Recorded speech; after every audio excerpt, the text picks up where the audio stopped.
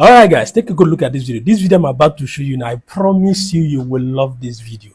Julius Malema of South Africa has just ended the career of this BBC journalist or reporter, presenter, whichever you choose to call him.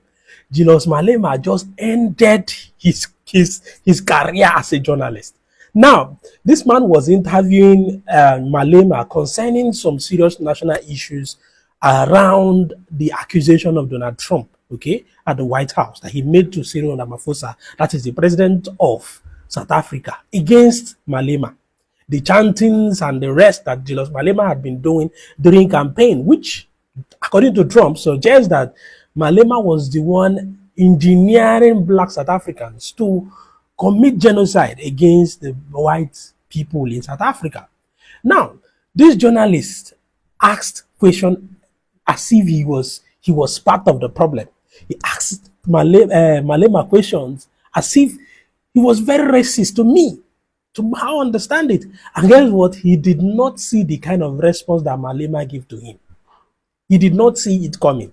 And that practically would have ended the career of this BBC presenter. Now, I would allow you guys to watch it for yourself and tell me whether you enjoyed it, you enjoyed Malema's response or not. Now, watch the video for yourself. I'm coming back. That's why South Africans are saying, let's get proper people to go and run these institutions. Are you the proper person? I'm a proper guy. I mean, I don't want to go too far back into history, but at various times you failed to actually file a tax return on time. Yeah. You've been accused of different financial offences. You've never been convicted, but some of those charges were never brought to court. But you tell South Africans, despite your own history, you are the guy to run their economy. That's why. That's a mind of a lazy person who doesn't do his work. You will have to refer back to 15 years.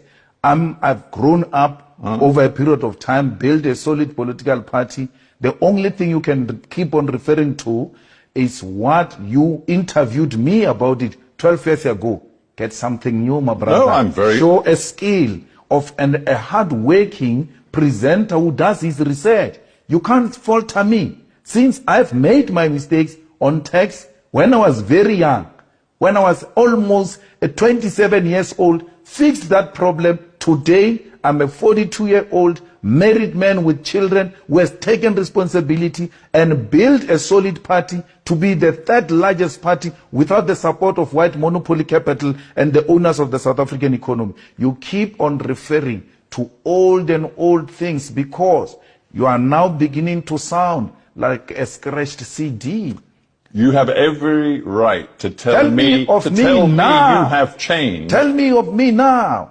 I've been in Parliament for 10 years. Let's take one particular aspect of your policy positions. Yes. Do you think aligning yourself with Vladimir Putin is going to be good for South Africa? But that's what it is now. South Africa is in alliance with Russia, with India, with Brazil, with China. So why are you asking me as if it's some policy that is going to be implemented after I took over? South Africa is in alliance with Russia now. South Africa right now calls itself non-aligned. In the context of the war, but these are two different things. South Africa is an ally of Russia. Now, the second question is, where does South Africa stand on the war? It says I'm a non-aligned in relation to war, but Russia remains South Africa's friend. So we cannot create confusion around there. Don't create an impression that it is Malema who's going to come and create an alliance with Russia. But there are some very specific... Actually, I will go beyond that. I will go beyond the friendship with Russia, and in the war, I will align with Russia, and I will even supply the weapons to Russia. Because Russia is in a war with imperialism, and any agenda that seeks to push back imperialist agendas is well within the policies of the EFF. You say, quite clearly, I would arm Vladimir Putin. Yes. You know that the International Criminal Court wants Vladimir Putin to face war crimes charges. It must start with Tony Blair. It must start with George Bush. It must go to Barack Obama. Then it can go to Putin. So let's get this straight. You're saying to me that your policy, if you were in power in South Africa, is quite simple. that your enemy's enemy, and it seems you regard the US and its allies as the enemy, Yes. your enemy's enemy Yes. is your friend. Never mind if he's a suspected war criminal, never mind if the UN and the ICC say they have compelling evidence of Russian war crimes. You don't care. As far as you're concerned, my enemy's enemy is my friend. You're exaggerating, but another point which you don't want me to go there is that Tony Blair accepted that they were wrong about Saddam Hussein to an extent that he did an apology of a thug, right? You have never called for his arrest. A man admitting that I was wrong.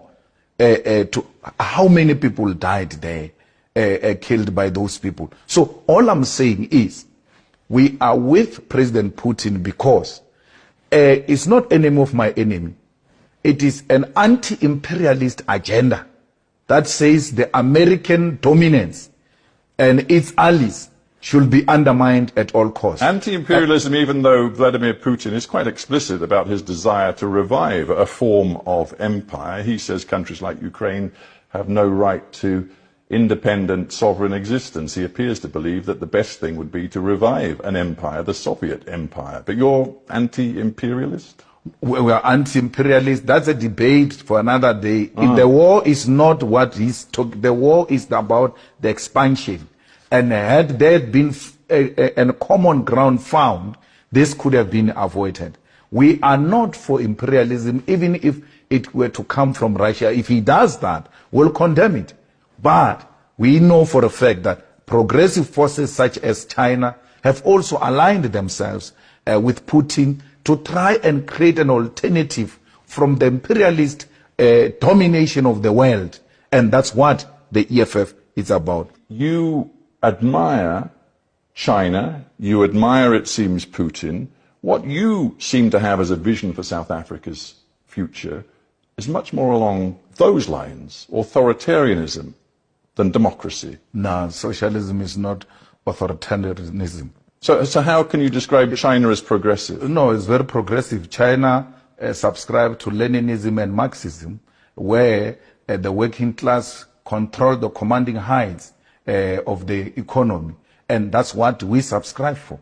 We are of the means of production being owned and controlled by the states. We want South Africa through the vision and the image of China, where you grow the economy, where you reduce unemployment, where you reduce poverty, and you can't take that away from China. And the state plays the central role with regard to that. That kind of message and the messaging on Russia has seen the rand plunge against the US dollar. Hang on. We see many corporations in South Africa looking at establishing headquarters elsewhere. We see foreign direct investment flatlining in this country. Do you believe that the rhetoric you are using is good for the South African economy? I've been doing this from when you interviewed me 15 years ago, when I was young. And therefore you can't say the rand to dollar crisis today is created by this message that I've been spreading for so many years, from my early ages. And then this... All right, guys, so you've seen it for yourself. As a matter of fact, that is the response of the century. That is the response of the century. Now imagine how this journalist was asking Malema a question. In the actual tune of BBC, that is their agenda. Now they look out for people who are transformational leaders, those who are championing the Pan-Africanism in Africa. And when they come face to face, they want to intimidate you with questions. But guess what? I am very happy that Malema roasted and gave him a roasting of his life. In his lifetime, he will never pray to stand one or sit one-on-one again and interview Julius Malema. Guys, did you love it? There is no much to say about this. The response, the interview spoke for itself. And I would allow you guys to lend your voice. Let me know what you think about this interview that just went on between BBC presenter and Julius Malema of South Africa. What do you think about it? Lend your voice. We all have a role to play in the transformational leadership we seek for in Africa. Okay? And share this video so that we get to the length and breadth of this world. Everybody needs to see that indeed Africa is rising.